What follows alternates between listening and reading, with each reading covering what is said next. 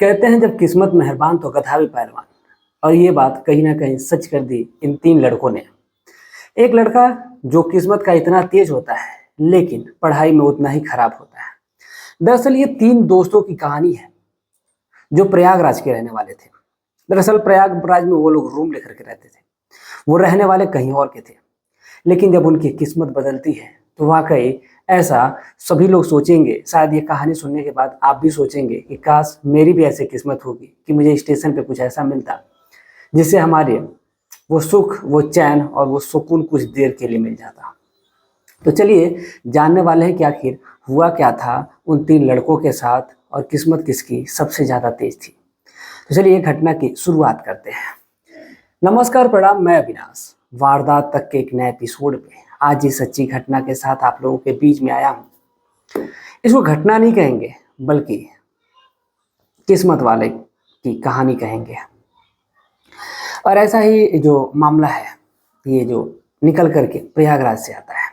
दरअसल तीन दोस्त होते हैं और तीनों दोस्त रहने वाले बलिया के रहते हैं। और बलिया से वो लोग पढ़ाई करने के लिए सीधा प्रयागराज पहुंचे थे। तीनों जो दोस्त थे वो अलग अलग जगहों के थे, यानी कि वो बलिया के ही थे लेकिन बलिया में अलग अलग जगह के थे। तीनों ने पढ़ाई एक ही साथ कंप्लीट करी थी और पढ़ाई जैसे ही उन्होंने इंटर की कंप्लीट कर ली तो एक लड़का जो था वो पहले ही पढ़ाई कंप्लीट कर चुका था, यानी इंटर की। वो बड़े लेवल पे तैयारी कर रहा था, यानी कि एक तरह से कह लीजिए कि वो सीजीएल की तैयारी करने में लगा हुआ था। लेकिन अब ऐसे ही जब दो दोस्तों का और ग्रुप मिलता है तो फिर वो लोग निकल जा पड़ते हैं इलाहाबाद तैयारी के लिए। पहले तो वो इलाहाबाद जाते हैं लेकिन उनको बात थोड़ी जमती नहीं है। अब इसीलिए वो थोड़ा इधर उधर घूमते हैं और इधर उधर घूमने के बाद कभी वो दिल्ली जाते हैं तो फिर कभी बनारस आते हैं, लेकिन उनको कहीं जमता नहीं है। तो उन्होंने फिर लास्ट में डिसाइड करा कि वो लोग अब चल के प्रयागराज यानी इलाहाबाद में ही रहेंगे और वहीं पर रह करके पढ़ाई करेंगे। और फिर ये तीनों दोस्त पहुंचते हैं प्रयागराज की जो नगरी है, यानी कि जो स्टडी का हब कहा जाता है, कटरा। और उस कटरा में बहुत ही ज़्यादा बच्चे रहते हैं। और एक और इलाका है जिसका नाम मैं नहीं जानता, वहाँ पर भी बच्चे बहुत ज़्यादा ही रहते हैं। झूसी करके, झूसी नहीं है, झूसी तो इलाहाबाद से बाहर का इलाका है। कोई है जहाँ पर बहुत ज़्यादा बच्चे रहते हैं और ख़ास तौर से जो जौनपुर साइड से जो लड़के आते हैं वो वहीं पे रहते हैं। तो जिन भाइयों को पता होगा, जो लोग हमारी कहानी अगर प्रयागराज से देख रहे होंगे तो वो लोग जरूर कमेंट करेंगे कि वो जगह कौन सी है। दरअसल तीनों दोस्त जब आते हैं तो फिर एक जगह जो होती है कटरा, वहीं पर रूम लेते हैं। और रूम लेने के बाद वो लोग वहीं पर रहना शुरू करते हैं। और रहने के बाद ये लोग कोचिंग जाते हैं, कोचिंग से आते हैं लाइब्रेरी जाते हैं। और लाइब्रेरी जाने के बाद जो वक्त गुजरता वो बचता वो रूम पे बीतता। यानी कि सुबह सुबह, यानी कि 6 बजे से कोचिंग उनकी चलती थी, तो 6 बजे से और 12 बजे तक कोचिंग में है। उसके बाद फिर रूम पे आते, खाना पीना खाते और खाना पीना खा करके फिर वो सीधा लाइब्रेरी पहुंच जाया करते थे। अब ऐसे ही वक्त उनका लगातार चल रहा था और साल 2023 में एक पुलिस की वैकेंसी जो आई है वो आती है। और आने के बाद ही वो चलने लगता है दौर उसी का, यानी कि पुलिस का। और पुलिस की वो लोग तैयारी करने लगते हैं। अब ऐसे ही जब पुलिस की तैयारी करते हैं तो फिर मामला जो है वो तुल तब पकड़ लेता है जब भर्ती होती है, यानी कि भर्ती की परीक्षा होती है। और परीक्षा के बाद वो जो पेपर है वो रद्द हो जाता है और अभी तक उसका कोई नोटिफिकेशन नहीं आया है। तो जैसे ही इधर परीक्षा जब रद्द होती है तो फिर सभी लड़कों में अफरा तफरी मच जाती है, बवाल होता है। और बवाल होने के बाद फिर इधर जो लड़के हैं वो सोचते हैं कि आखिर वो करे तो क्या करे। इसमें एक छोटा लड़का, जो तीन दोस्त होते हैं उनका जो नाम था, जो बड़ा लड़का था, जो सबसे बड़ा था, वो उसका नाम विनोद राहुल था। और उससे जो छोटे पर था वो उसका नाम विनोद था। और जो सबसे छोटा था राघव। ये उन दोनों को भाई भैया भैया कह कर बुलाया करता था। अब ऐसे ही ये लोग जाकर के वहाँ पे रहते हैं। और रहने के बाद एक दिन जो राघव है वो अकेले चला आया करता था, कभी घर पे आ जाया करता था तो कभी जाया करता था। और फिर इन दोनों के पढ़ाई का जो दौर है वो चल रहा था। सब कुछ इनका सही चल रहा था, लेकिन मैं थोड़ा सा आप लोगों को रोकना चाहूँगा क्योंकि थोड़ा सा जो बैकग्राउंड में नॉइस है वो थोड़ी सी ज़्यादा आ रही है, लोग बातें कर रहे हैं तो थोड़ी सी दिक्कत हो रही है। खैर कोई ना, आते हैं अपनी कहानी पे और फोकस करते हैं। थोड़ा सी नॉइज़ होगी तो आप लोग उसको ध्यान नहीं दीजिएगा। बाहर की जो आवाज़ आएगी, थोड़ा सा कुछ लोग हैं, हो सकता है कि दिक्कत होगी। तो आते हैं कहानी पे। थोड़ा सा जब कहानी बना रहे हो या फिर बात बता रहे हो किसी में, जब उस कैरेक्टर में रहें तो फिर थोड़ा सा दिक्कत हो जाती है अगर बाहर से दूसरा कोई अगर बोलने लगता है तो चलिए आते हैं। तो जो राघव है, राघव बड़ा ही रंगीन मिजाज का लड़का था। छोटा तो सबसे था, लेकिन उसके अंदर शैतानियां और अय्यासियां कह लेंगे कूट कूट कर भरी थी। जहाँ पर ये राहुल और विनोद जो थे वो पढ़ाई में मन लगाया करते थे, वहीं पर जो राघव था वो एकदम अतरंगी बातें किया करता था, इधर उधर की बातें किया करता था। वो एकदम मौज मस्ती में अपना मस्त रहा करता था। लेकिन वो जितना मस्त रहा करता था उतना ही पढ़ाई में भी बढ़िया था। वो थोड़ा ही पढ़ता था, लेकिन जो भी था उसका कंठस्थ रहा करता था और उसको बढ़िया तरीके से पढ़ लिया करता था वो।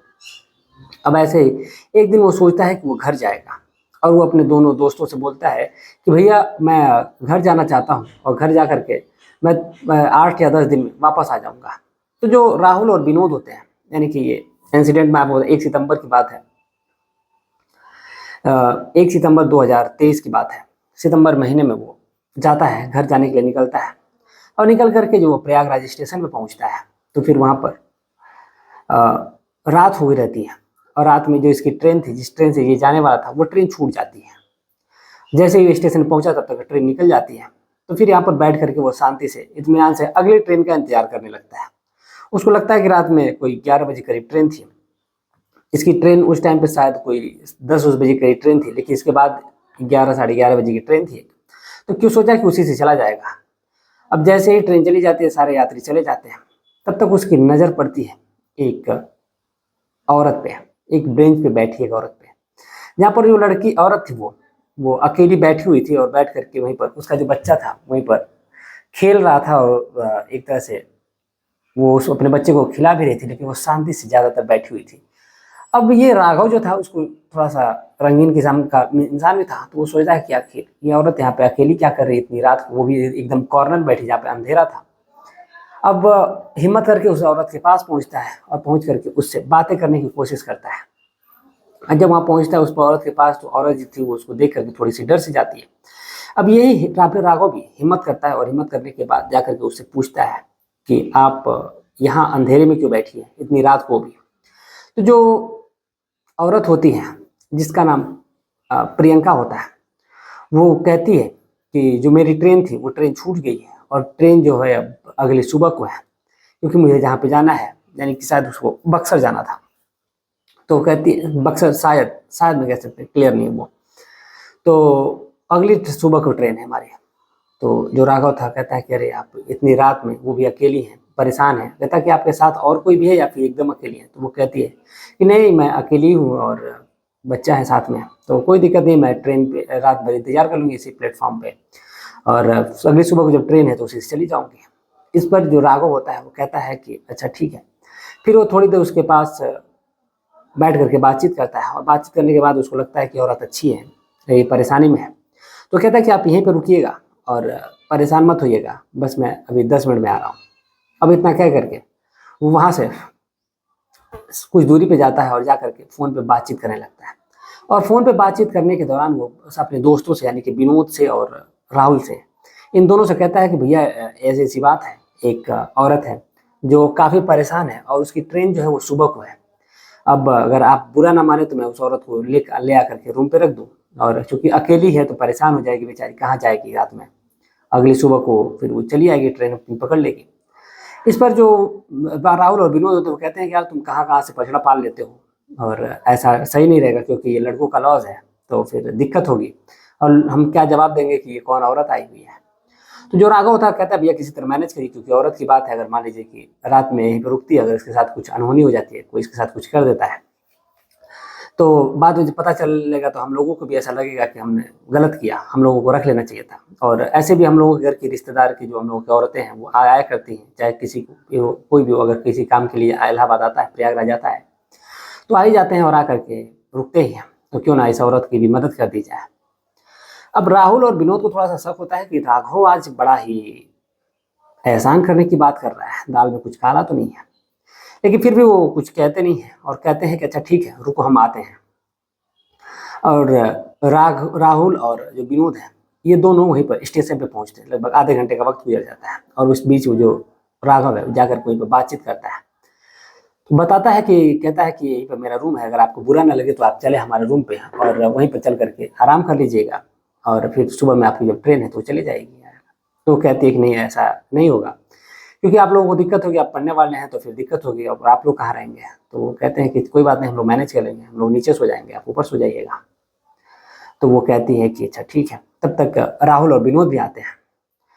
तो फिर ये लोग बातचीत करते हैं और बातचीत करने के बाद दौरान जब ये राहुल और विनोद की नज़र उस प्रियंका पे पड़ती है, देख करके ये लोग एकदम मोहित से हो जाते हैं और फिर ये ना ही नहीं कर पाते हैं। दरअसल प्रियंका इतनी खूबसूरत थी, जिसकी खूबसूरती को देख करके राघव तो पहले ही दीवाना हो चुका था, मर मिटा था।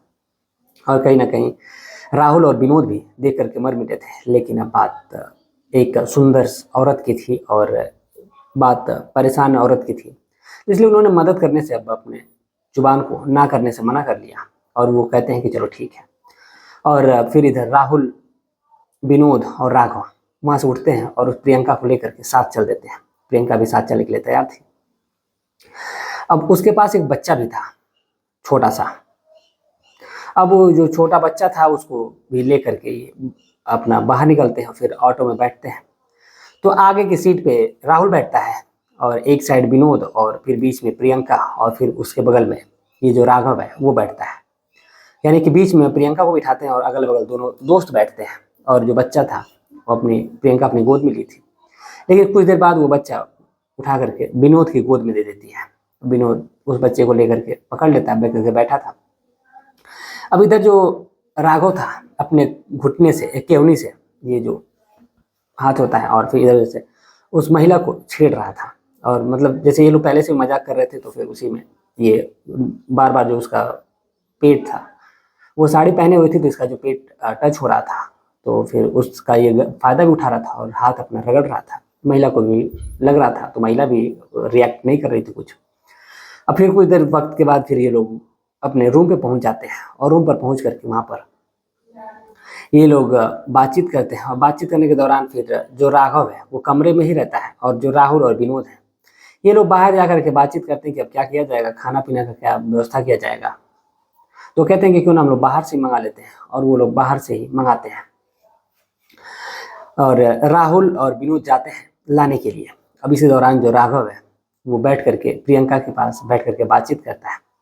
और राहुल और विनोद जब खाना लेने के चले जाते हैं, दरवाजा अंदर से बंद कर लेता है। और बंद करने के बाद ये लोग हंसी मजाक अपना बातचीत का जो दौर है, सिलसिला है, वो चल रहा था। अब ऐसे जब सिलसिला चलता है तो फिर इधर जो राहुल है अब कुछ देर बाद और विनोद के साथ खाना लेकर के आता है। दरवाजा देखता है तो बंद है अंदर से, तो फिर वो दरवाजा खटखटाता है। दरवाजा खोलते हैं ये सब, लेकिन ऐसा लग रहा था कि ये दोनों कुछ ना कुछ अपने आप में गलत कर रहे थे। लेकिन फिलहाल दोनों सही पोजीशन में थे, तो फिर कोई कुछ वो है कहता नहीं है। और फिर इसके बाद ये तीन चारों लोग जो बैठ करके खाना खाते हैं, और खाना खाने के बाद वो लोग कहते हैं कि अब कैसे सोया जाएगा। कोई देर वो लोग बातचीत भी करते हैं प्रियंका से, और जो भी बातचीत का दौर होता है वो जब खत्म हो जाता है, सब सोने की बात आती है। तो कहते हैं काम करते हैं कि हम तीनों लोग जो हैं वो छत पे जाकर के सो जाते हैं और आप कमरे में आराम से सो जाइएगा। तो कहते हैं कि अरे नहीं, आप लोग यहीं पे सो जाइए, कोई दिक्कत नहीं है। तो राहुल और विनोद कहते हैं कि नहीं नहीं, हम लोग बाहर ही सो जाएंगे, आप आराम से अंदर कमरे में सो जाइए, कोई दिक्कत नहीं है। तो इस पर वो लोग कहते हैं कि चलो ठीक है। उसके बाद फिर वो लोग छत पे जाते हैं दोनों लोग। राघव कहता है कि ठीक है आप लोग चलिए, मैं आता हूँ। तो वो कहते हैं कि ठीक है, और वो लोग चले जाते हैं। और जाने के बाद से फिर जो राघव है वो दरवाज़ा बंद कर लेता है। और लगभग 1 घंटे का जब समय गुजर जाता है, तो राहुल और विनोद कहते हैं कि आखिर बात क्या है कि राघव अभी तक आया नहीं। अब इसीलिए जो वो लोग एक जो छोटा था, जो विनोद था, वो विनोद नीचे आता है और दरवाज़ा देखता है कि खटखटाने की कोशिश करता है, सोचता है कि अंदर हंसी मजाक चल रही थी। और जो दोनों, एक जंगला लगा हुआ था, वहीं पर कूलर लगा हुआ था, और उस कूलर के पास थोड़ी सी जगह बची थी, क्योंकि साइड साइड से पूरा वो पैक था, बस कूलर के लिए जगह छोड़ी गई थी, उसमें से थोड़ा सा अंदर दिख रहा था।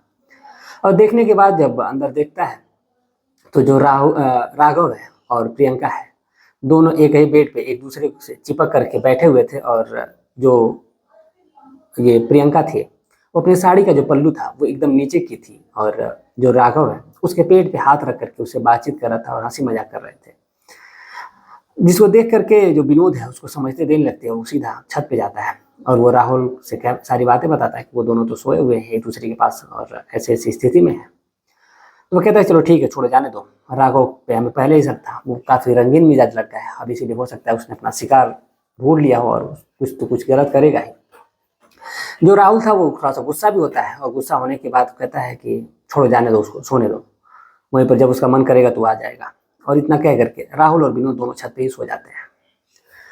अब इधर जो राघव है, अब राघव उसके साथ आराम से पूरी रात जो है वो रंगरेलियां मनाता है और उसके साथ आपस पूरे तरीके से संबंध बनाता है। लेकिन जब राहुल को यानी कि रात के लगभग जब कुछ 2-3 घंटे जब बीतते हैं तो राहुल को अब गुस्सा आता है कि अभी तक ये आया क्यों नहीं, एक अकेली महिला को पाकर के उसका गलत फायदा ना उठा रहा हो।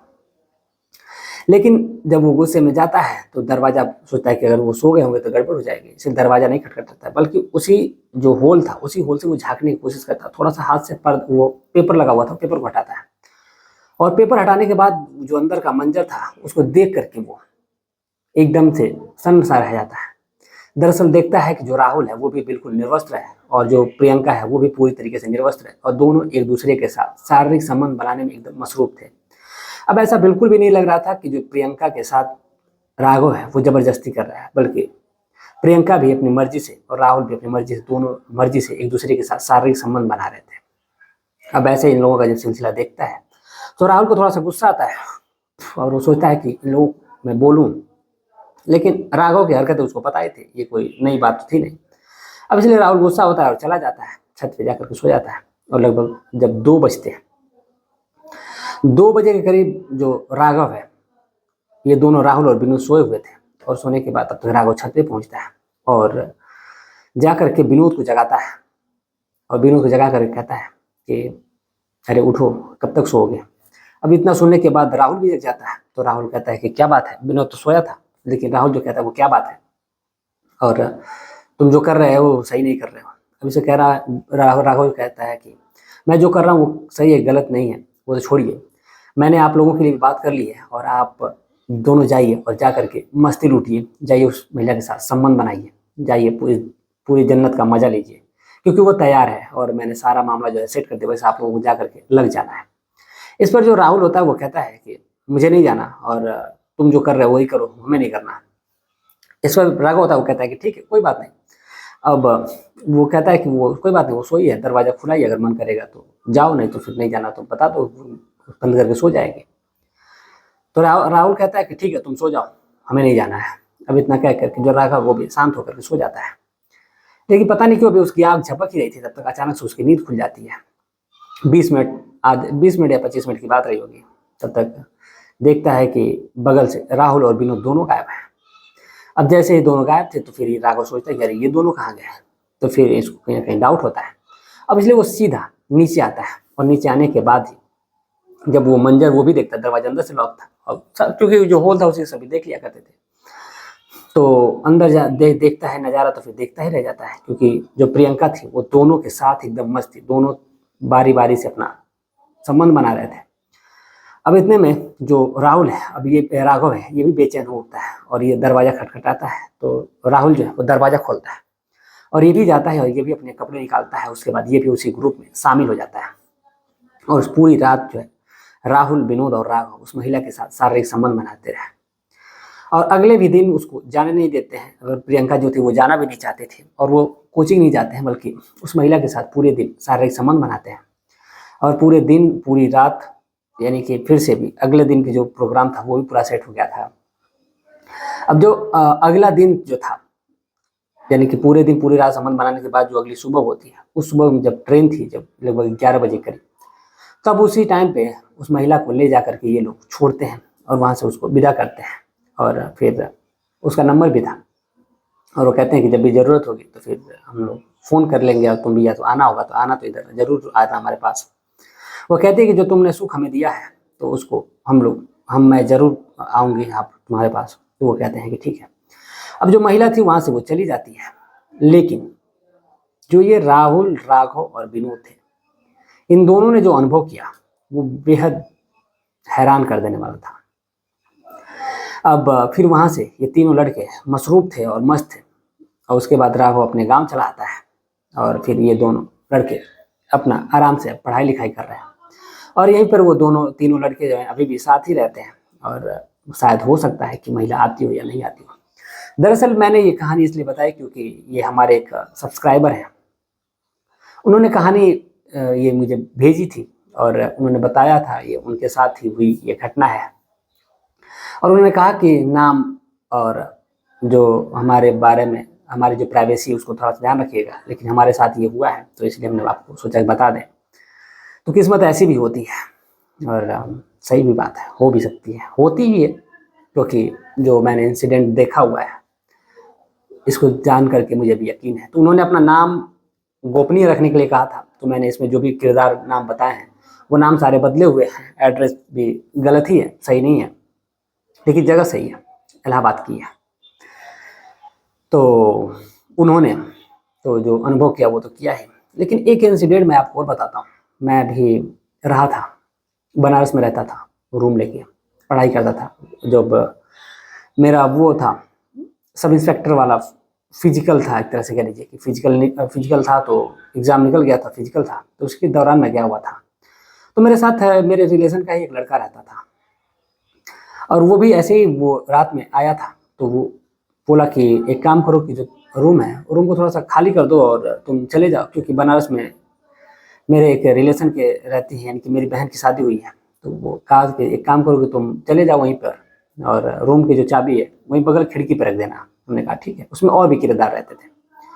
मैंने उससे पूछा कि बात क्या है, तो वो कहता है कि कुछ लोग आने वाले हैं, मेरे दोस्त हैं, और हम लोग आ करके रहेंगे, तो तुम रहोगे तो थोड़ा सा दिक्कत हो जाएगी, और हम लोग 4 लोग ऑलरेडी हैं तो फिर दिक्कत होगी। तुमने कहा ठीक है, कोई बात नहीं।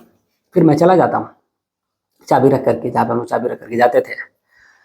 लेकिन जब अगली सुबह मैं आता हूँ तो वो भी कहीं स्टेशन गया हुआ था, रोडवेज यानी कि, और रोडवेज से फिर वो आता है तो फिर आ करके मुझसे बातें बताता है। वो कहता है कि पता है मैंने तुम्हें क्यों भेजा था? मैंने कहा क्यों? वो कहता है कि रात में जब मैं आ रहा था गाँव से, तो रास्ते में एक मुझे औरत मिली थी ट्रेन में ही। सोचिए कितना शार्प माइंड लड़का था कि ट्रेन में ही उसे वो औरत मिली, और उसको कहता है कि उसको जाना कहीं और था, दवा लेने के लिए बीएचयू जाना था। तो अब वो रात में कहाँ भटकती, इसलिए मैंने सोचा कि मैं उसको रूम पे ही लेते आता हूँ, और वो उसको रूम पे ही लेके आ गया था। और बताता है कि मैं उसको रूम पे ही लेके आ गया था और फिर पूरी रात हम लोग एक ही साथ थे, उसके बाद चले गए। तुम रहते तो दिक्कत होती।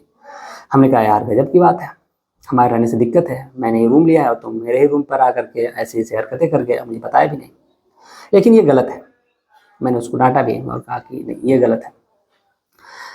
अगर मेरी और गैर मौजूदगी में अगर मान लीजिए कि कोई दिक्कत हो जाती है तो फिर ये तो सारा ब्लेम मुझे ही लगता है कि मेरा ही रूम था।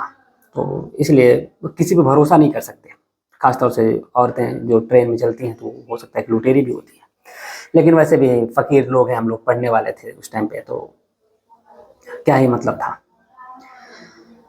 तो ऐसी ऐसी कहानियाँ होती हैं, तो मुझे लगा कि आप लोगों तक शेयर करनी चाहिए, क्योंकि जब सब्सक्राइबर की बात थी तो उन्होंने बताया था। अगर आपके पास भी कोई ऐसी कहानी हो या फिर कोई भी इंसिडेंट हो तो आप हमें मैसेज करेंगे, तो हम आपको नंबर अपना दे देंगे या फिर इंस्टा का लिंक दे देंगे। आप वहाँ पे अपनी कहानी जो थी वो ऑडियो फॉर्म में आप जैसे भी चाहें वैसे लिख करके भेज सकते हैं।